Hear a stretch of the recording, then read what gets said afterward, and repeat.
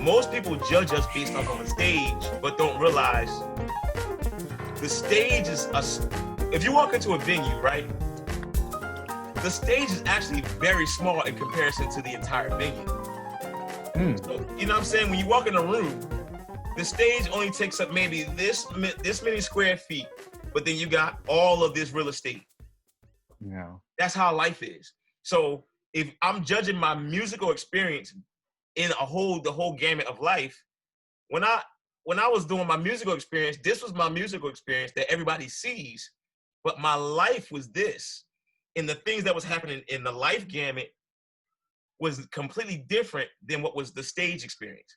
And so most people judge us, like especially musicians, artists, they judge you by the stage. They judge you by the final packaged product. They don't judge you by what made the product, what made the stage. And so my experience growing up in Philly was very rough.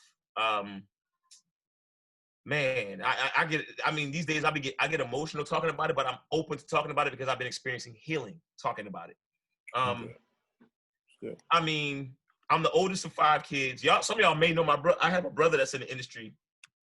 They call him Big L. But his name is Parris Bowens. He does like security for like the top everybody. Like literally, you'll see him. If you see Common, you'll see my brother. You see Erykah Badu, you'll see my brother. You see Jay-Z, Beyonce. He does security for all of everybody. But he's like my next to the baby brother. He looks like me, but he's 6 feet, like 6'3", short muscle. Like he look like Parris, but he's just a little bit stronger and a little bit taller. But when we grew up in North Philly, I was the oldest, but I was the smallest. I'm not a sports guy. I like sports, but I just didn't have the capacity to do it. So growing up in those environments, nobody don't know anything about this small stage experience.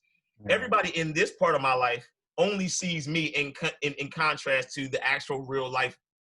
In the real world, I'm literally nothing. And when I go to church, I'm important, but outside of church, I'm nothing. So it made me a target. God